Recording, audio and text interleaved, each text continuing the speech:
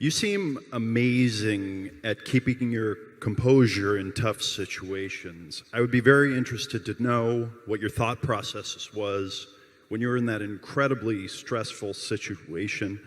You knew the world was watching, and you went head to head with LeBron James. The game was rigged. He was the one that had a problem. What I'd really like to know is, I'm a real big fan of you and Mr. Gates and your philosophy of channeling all the value you've created back into the world.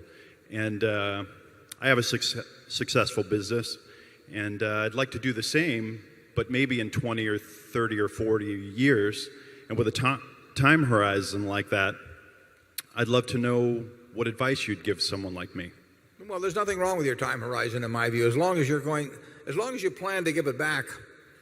I mean, the decision is yours entirely anyway, whether you want to do it. But assuming you want to give it back, or give it to society in some way, if you're compounding your money at a rate greater than people generally do, you are in effect an endowment fund for society, and all kinds of organizations in the nonprofit area have endowment funds, and they think it's wise to have it, and they do that in order to get standard returns usually. And if you can compound it more and you're going to give it back later on, let somebody else take care of current giving, and you can take care of giving in 20 or 30 years.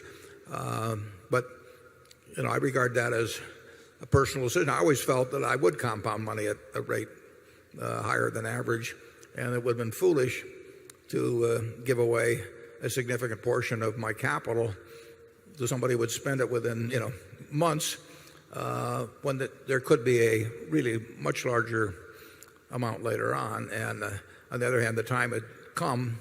I really thought my wife would be doing that, and when that didn't work out, the time had come to do something with it. And fortunately, I had some great options available, and I get to keep on doing what I love doing, and I farm out all the work. But when my wife had a baby, we hired an obstetrician. I didn't try and do it myself. I mean, when a tooth hurts, I don't have Charlie fix it.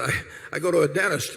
So when I had money to go give away, I believe in turning it over to people and I've got 5 different organizations, including my 3 kids, and I believe in turning it over to people who are energized, working hard at it, smart, doing it with their own money, the whole thing. And I get to keep doing what I like doing. So as far as I'm concerned, I haven't given away a penny. Charlie? Well, I think it's wonderful for the shareholders that somebody else is giving away the money.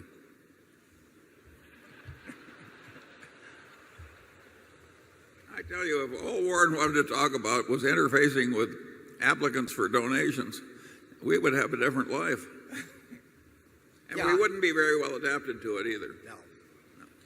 No, actually, on the smaller ones, I send them all to my sister Doris, and she does a great job with it and enjoys it, spends lots of time on it, good at it, and I'm glad she does it and I don't.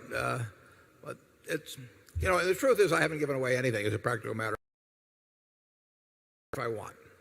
There's no way I can sleep better, I can eat better. Other people might think I could eat better, but I haven't given up anything. Now, if you think about it, somebody that gives up having an evening out, somebody that gives up their time working on something, somebody that doesn't take their kids to Disneyland this year because they've given the money instead to their church. I mean, those people are changing their lives in some way. What they give, I haven't changed my life at all. I don't want to change my life. I'm having a lot of fun doing what I do, and it's just a bunch of stock certificates that one way or another they're going to go someplace. And what I really want to do is keep doing what I enjoy doing and feel that the claim checks that I accumulate that comes about through this are going to get used effectively for the same general purposes that I would want to use them for if I really had the energy and the interest in doing the job myself. But somebody else can keep doing the work.